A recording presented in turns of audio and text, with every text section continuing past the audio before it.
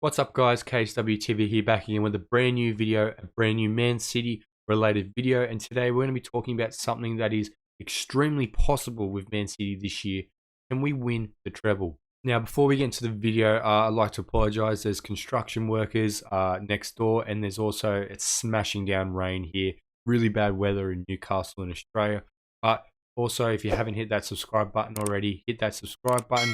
Turn the bell notifications on, leave a comment who you think will win the most trophies out of Man City and Liverpool this year. And without further ado, let's get straight into the video. Now, being a Manchester City fan, especially since Sheikh Mansour has come into the club, for us has been nothing but success, nothing but trophies.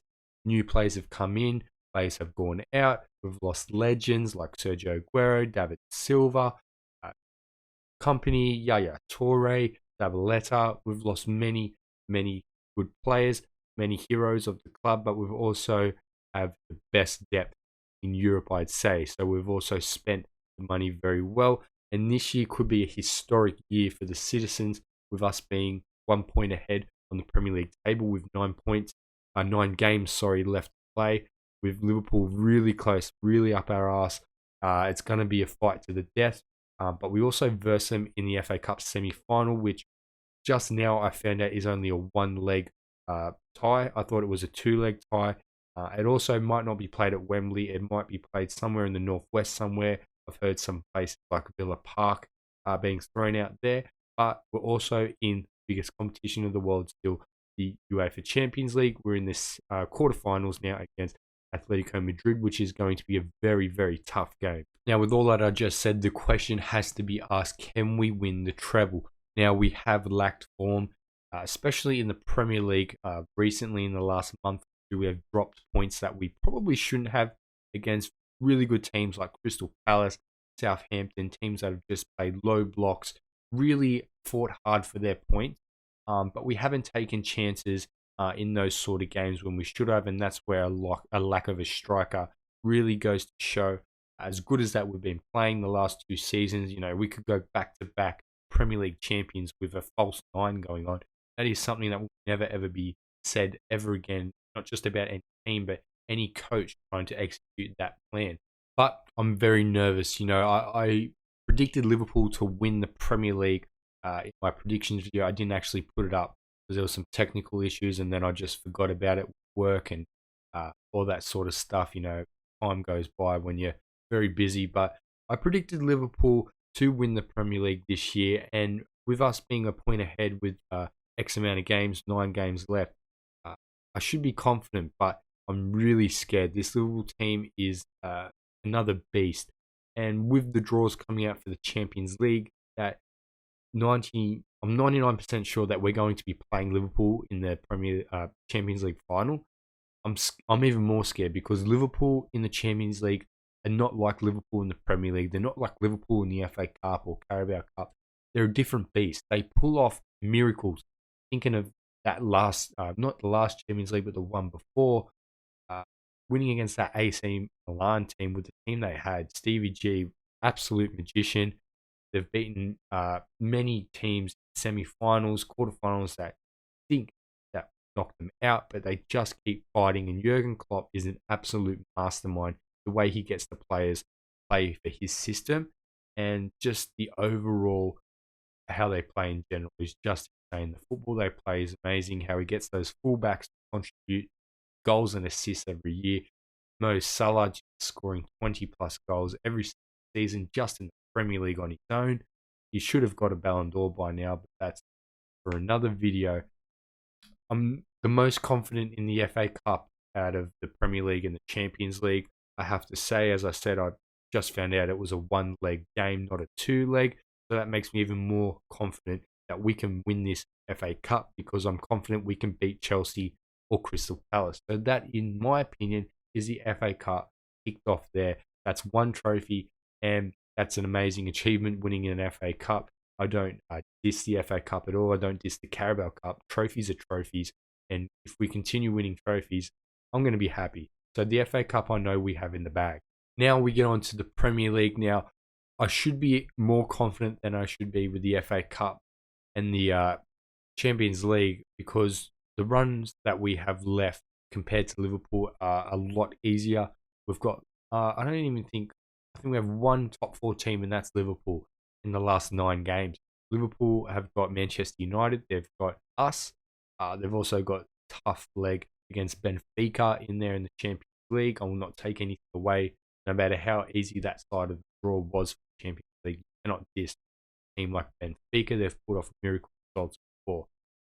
Also, they've got an FA Cup game against us, so they've got a really hectic month, just like us. We've got to play Liverpool twice. We've got to play Atletico Madrid.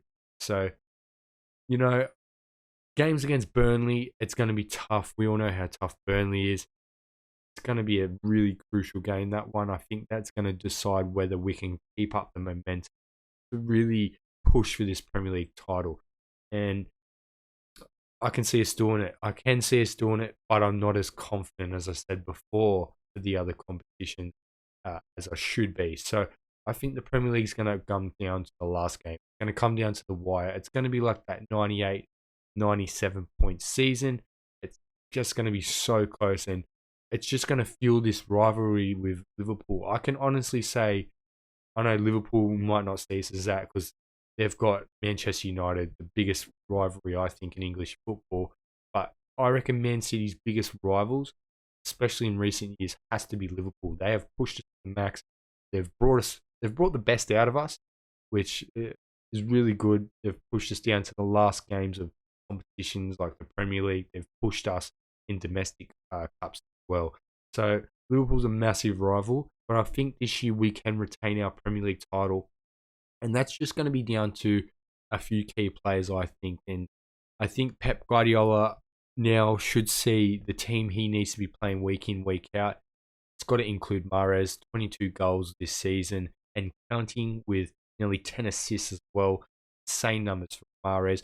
Also, Phil Foden has been very clutch with some goals he scored, not just in England, but in Europe as well, especially in those games like Everton. He scored goals against Sporting, Bruges. He's assisted goals as well, and he looks very comfortable in that false nine role for now before we get a striker, hopefully, in the next window. He also looks great on the left, and I'd say he's been playing better than Jack Grealish. Jack Grealish, I don't think, is someone who is going to be playing in these Atletico Madrid games, these Liverpool games, because I feel like he's still learning the system, whereas Phil Foden is really shining and he can step up to the plate a little bit more.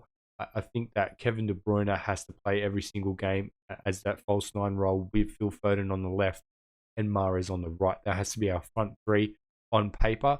And I think the midfield combo of Gundo and Bernardo Silva is, you can't replace that. We remember last year we went on a massive run, 26 or 27 games unbeaten.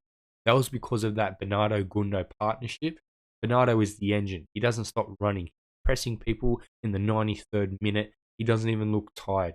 Gundo, he's an amazing player. So much experience. He captains the team when he needs to. He also captains his country, and a World Cup winner, if I'm not mistaken. He also is one of the few players that just knows how to get in those perfect places inside the box when we want to take it off the bar line and just look for those tap-in goals, those beautiful 20, 25, 30 pass sequence plays with a bar line ball in, and we just put it in the goal. So easy, it looks perfect. That's what his pet ball is all about. And Gundo is one of those players that just finds himself in the perfect position in the box. He's very clinical as well for a holding midfielder. Ruben Diaz is out, but when he comes back in, he has to slot straight back into that team as long as he's 100% fit. Him and John Stones, I think, is the partnership. If you're looking at on ball, Laporte and Stones is the best on the ball, but recent performances of Laporte, he hasn't been bad. He just has been making more mistakes than Stones and Diaz have made all year. And Cancelo's got to stay on the left. Walker has something to prove. I can tell he's had 3-game suspension for that god-awful tackle in the Champions League. There was no need for that. He's missed some games, and I think the fire that Pep has, he was just abusing him in the post-match conferences. I think that's going to be a little bit of fire to fuel Kyle Walker, and I think he has a point to prove because he really wants that Champions League trophy. And Edison's in goal, no questions. That's pretty obvious. So that would be my starting 11 for these big games.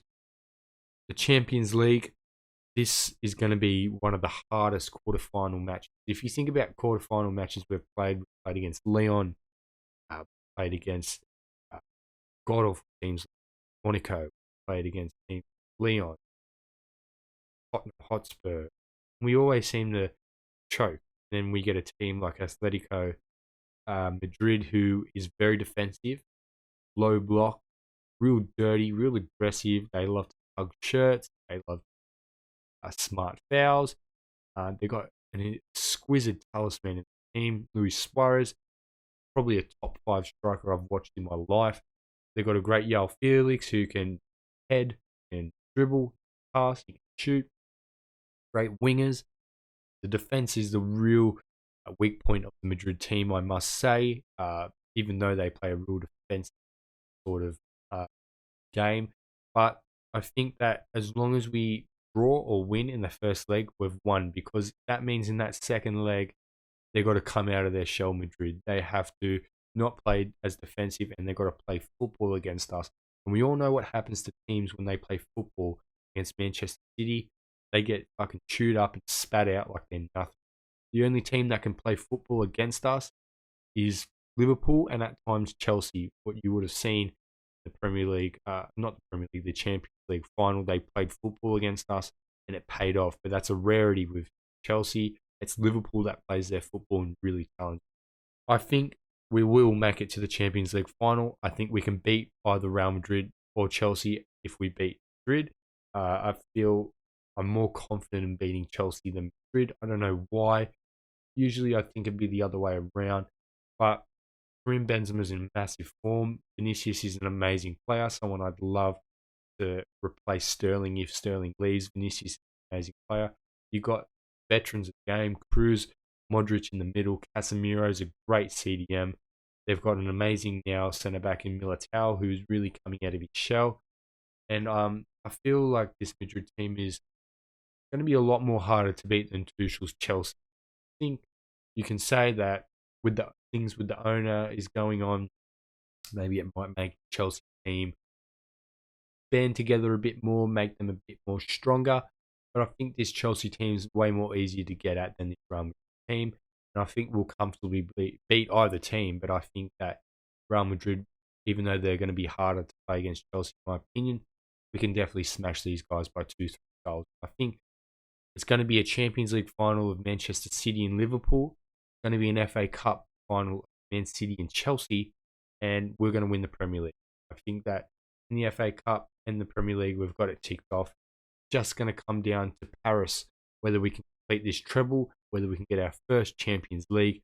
It's going to be against the team that I really did not want to play Champions League final. I would have preferred a Bayern Munich, Chelsea, a redemption shot at Chelsea, Real Madrid. I'd rather verse any other team except Liverpool in this final, because in Europe, as I said, Liverpool are just a different team. The Champions League final, how do I see it going? I see Liverpool going up 1-0 very early, either a Mo Salah or Diego Jota goal. I think that it's going to be 1-0 at half time.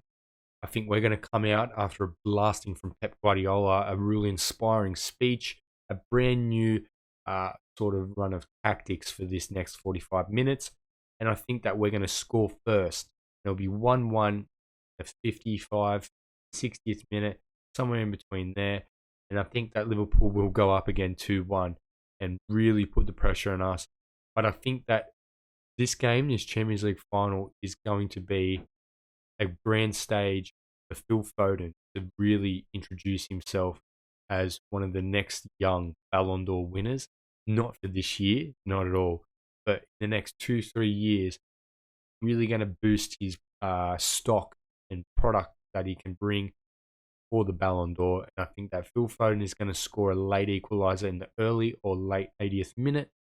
It's going to be a brilliant worked goal, probably off a massive amount of passes, 25, 30 passes sequence, and it's going to be an amazing moment, not just for Man City, but just for the game in itself, make it more entertaining. It's going to be 3-2 win in extra time for Manchester City, 114th minute, a brace from Phil Foden. sort of like that goal that Gundo scored against Chelsea, where he had his back to goal, pivots, does a 360 or 180 turn, sorry, and instead of curling it into that far right corner, I think Phil Foden's just going to absolutely blast it with his left foot into the left hand corner.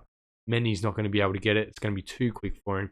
And I think Phil Foden is going to win us the Champions League this year, 3-2 for our first major European Cup, and the brand new treble, the new Manchester team to get a treble, history making team. And I think it's going to be a game to remember that we're going to be talking about 20, 30, 40. So I think that we can win the treble. Long story short, it's going to be one of those years that I'm going to be telling my kids, grandkids, all the people in Manchester are going to be telling everyone for years to come. And I think that it's just going to take us from strength to strength. It's going to make us even more of a appealing project. Players like Erling Haaland to come in and really bolster our team more as we need a striker. So I think we can win the treble. I'm hoping we can win the treble. It's going to be a successful year regardless, because I do think we're going to do the double anyways, win the league and win the FA Cup. So I'm praying that we can get this treble. So yeah, make sure you hit that subscribe button. Comment who you think is going to win the more trophies, as I said before, Liverpool or Manchester City. Also join the Facebook group, Man City Global Fan Group, over 320,000 members at the time of this recording. And also, if you're not subscribed already, just subscribe. So I'll see you in the next one. Peace.